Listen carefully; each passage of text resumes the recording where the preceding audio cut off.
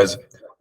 So, like every single week, I explain that the whole point of these presentations are that I say one idea, one key thing that really kind of hits and sticks in your head, which then allows you to take the action which you know you should already be taking, which then allows you to get the result. Everyone here on this call is in phase two. So confusion, uncertainty, all that stuff is pretty normal. So all you have to do is just focus on one step at a time. And for now, we're just focusing on your mindset. Intentions, and I want to reiterate my intentions on every single call. So one, I can keep myself accountable, keep reminding myself of why I'm doing this, because sometimes things get tough and you sometimes forget why you're doing this. But intentions are, number one, help and support 1 million orphans in third world countries. I don't know how I'm going to do the 1 million part, but that's the vision. We'll figure it out. Number two is make this the best place for a Muslim to start a halal business. It's getting there. The product isn't perfect, but I'm trying my best to improve it 1% every single week. Today's topic is being stoic, having a zoomed out, focused view on numbers rather than emotions. Number two is adapt, but don't take each client so seriously. By client, I mean a prospect, but in your guys' language, you guys tend to call it clients. Technically, a client is someone that's already paid you, but what I mean by client over here is the person that you're speaking to on the phone or potentially interested in your service. What do I mean by stoic? At least this is my definition that's really helped me. Not giving too much importance to thoughts and emotions. You know, a lot of stuff will come into your head while you're doing these calls, while you're doing the outbounds. Oh, is this going to work? Is it actually effective? Is it going to get me clients? Whatever the case is. But being stoic is basically just being there and observing them. I know this is easier said than done, but this is very important, especially while you're doing the outbounds and the calling, because this business is all about how well you manage your thoughts and emotions. The most successful people keep their eye on the numbers, the KPIs. Okay, 100 people spoken to, and after I speak to 100 people, then it's a 2 to 5% booking rate. Not before, not kind of doing it, not almost finished, but exactly after 100 people spoken to. So this business is literally really focused on just one main thing, which is how well you manage your thoughts and emotions. Keep your eye on the goal and forget about all the responses that you're getting from an individual person that you're speaking to. Now, it's either managing your thoughts and emotions to get success or spending 50 to 100K and waiting 4 years to see returns. And this example is for any brick and mortar business. A brick and mortar business is any business that has a physical location, a shop, warehouse, literally anything that is physical, right? So I've done a simple Google search for you because I don't want to just make bold claims. You can search up yourself as well. How much does it cost to start a brick and mortar business, which is 50,000 USD to about 100,000 USD, which is in pounds, about 40,000 pounds to about 80,000 pounds. And how long does it take for a typical brick and mortar business to actually become profitable? Like literally making more than you've invested, it takes about 2 to 3 years. So what I wanted to do was give you an example of someone who invested in a brick and mortar business. So a couple of years back, it's been probably more than 4 years. I remember this this brother who started this takeaway. I basically went to his takeaway. I was getting something, and while I was waiting for my food, I just started speaking to the owner, and he told me he was a lawyer who quit his practice to borrow and invest 60K, 50,000 pounds into a burger place, takeaway. Worked all day, every day, and he's telling me he has the hopes of potentially making profits in the next 4 years. Unfortunately, his takeaway is no longer there. I really hope everything is well. It's not like I knew him personally, so I can't really ask, but the takeaway is no longer there. So I don't know what happened to his investment, but I can, make an educated guess that he lost that money. So this is an example. The story was to show you that, hey, so many businesses, 80% of every single business that I started eventually fails because it's not in the right model, or it just takes too long, or it takes too much money to actually make it successful. On the other hand, simple Google search again. I don't want to make bold claims out of nowhere. Do a simple Google search. How long does it take for a digital marketing agency to become profitable? Now, profitable also depends on the situation, but like it says over here, about 3 or 6 to 12 months. Influencing factors are that what is your starting point? How much do you have to spend? And what are your knowledge and resources? This is the key part, knowledge and resources. Basically knowing the right answers. Your starting point is already having the six-figure systems and all my knowledge after spending 60K plus on courses, mentors, and programs. Where I started, I had to take 55 calls, 55 consultations until I got my first $200 close, because I had to figure out myself, because I didn't have the right answer or what the sales structure should be. Okay, take the payments through PayPal, take the payments in a way where it doesn't make them feel pressured, or things that I've given to you on the sales structure. All that stuff, I've given you the right answers. It's just all about actually doing it, keeping a focus on the end goal, the KPIs, and forgetting about the small things that keep happening, because that is pretty natural. It's going to happen in any business, but in this business, it's much, much less severe. Now you're probably wondering, okay, cool, awesome. I am hardworking, and I get that I have to manage my thoughts and emotions, but how? Simple answer would be zoom out, realize that right now at the beginning, you are the appointment setter for your business. You're the closer. Work at each role effectively until we automate everything. So what I mean by that is these doubts that, oh, if I book this appointment, how will I close? That then doesn't let you effectively book those appointments. What if that's a mental block that stops you from booking appointments? So what I'm trying to say is just forget about the next step. Work at each role effectively. For now, my main goal is just booking this appointment. Then the next step, when they're on the appointment, okay, for now, my main goal is just to close them. And then after they are your client, now I've pretty much solved the situation for you guys and giving you a proven guy always. You don't need to worry whether it can happen or not. As long as your lead, your client, goes ahead and rings every single lead, and I'm maybe confusing all of you guys.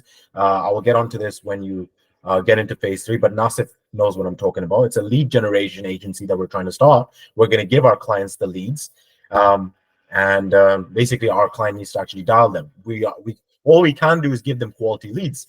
So basically, what my point was here was work at each role effectively, because you are the appointment setter, you're the salesperson, you're also in charge of managing your team, meaning away. So it shouldn't be too hard.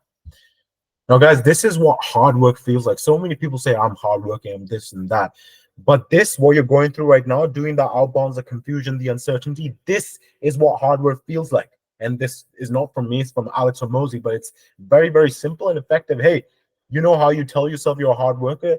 This is it. You're in the situation now. Let's prove yourself. It's just a prerequisite to get the things that you want. Just stick to it long enough and experience what most people dream of. You know, it's so interesting. I've seen so many people make commitments and then quit.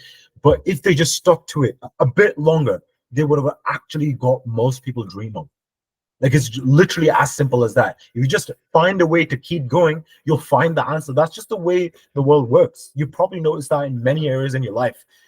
It wasn't making sense. You kept going. Something happened. Something clicked. You made it work. You got result. You got motivation. You kept doing it, and then you have the result. I'm sure there's one aspect in your life where you can kind of relate that back to. Here's like a like an imagery that I'd like to give to you guys. So these are obstacles. Here's appointment setting. You jump over appointment setting. Then there's how to close. Then there's how to manage your employees. But I promise you, you can always climb or jump above each obstacle. It's just about doing it, getting it done. It's possible. You see, it's definitely possible. Just do a simple Google search. How big is the digital marketing industry? There's no doubt whether the digital marketing industry exists or is it growing or not. It's just about finding the answer on how to jump over your obstacle, the obstacle that you're facing. And the way you do that is basically asking me an effective question. Just ask me an effective question, because I've done it. I know people have done it. So I can just tell you the answers. I can guide you to a better place. I can do whatever the case is to actually help you jump over your obstacle. But just because you have that obstacle does not mean it's not possible to jump over it. You just need to kind of stick to it long enough, find an answer that clicks with you, and eventually, all of a sudden, it literally, and I'm telling you, the way this happens is that I've been through it many times, that one day just an idea pops up and it just clicks. The same things that you've been hearing from me over and over again, one day will just click. And then you'll be able to do the action steps and get the result. Now, before I move over to the next topic, as always, I would love to see ones if whatever I said in the previous slides made sense. 2, if it didn't, I could always go back.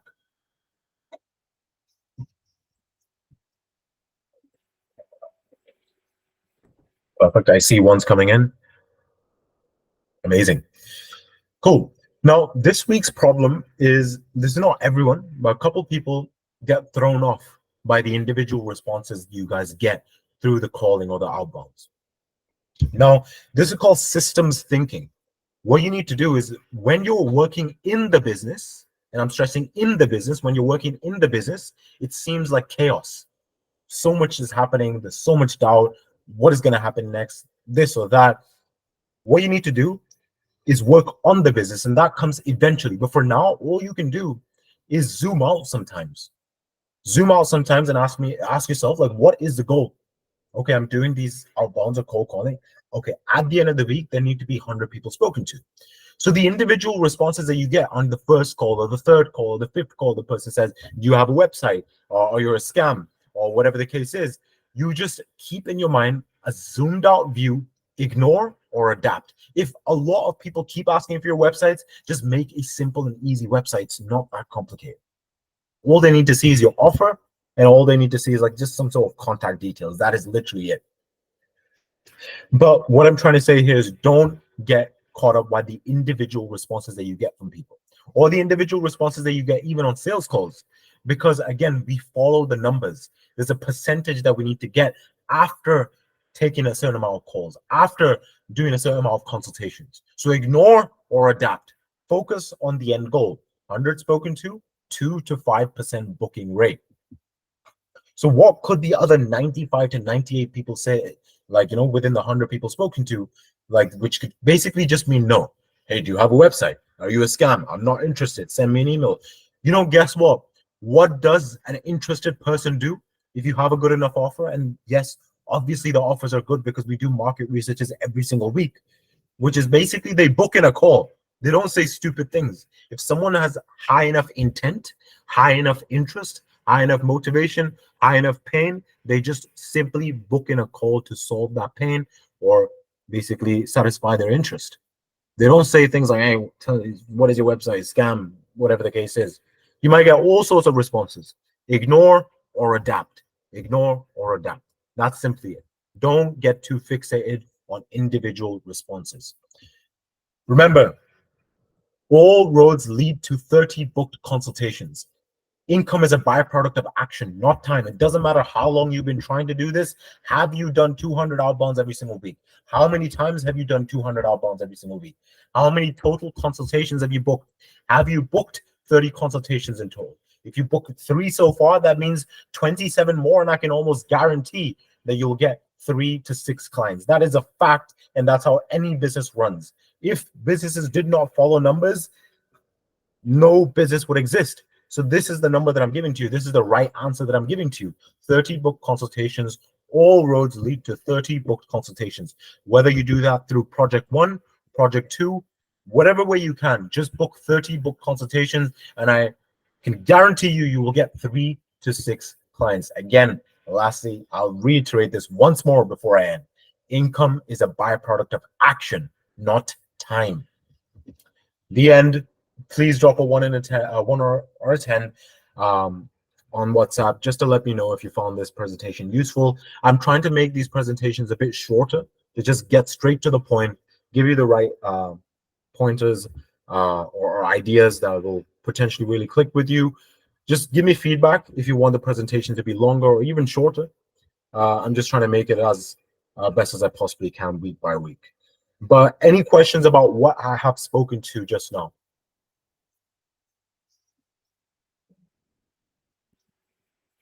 Most of the time, there's no questions. I have to ask it anyway. But yeah, guys, I'll end it over here. Of course, any questions, any sort of extra help that you need, Samir is always there for a 10-minute one-on-one consultation. Please respect her time. Don't just ask for it just for the sake of it. But that is still there. You're really confused. And of course, I'm always here on WhatsApp to shoot me a text message and I'll respond as quickly as I possibly can. For now, I'll catch you guys next week, inshallah. Assalamu alaikum.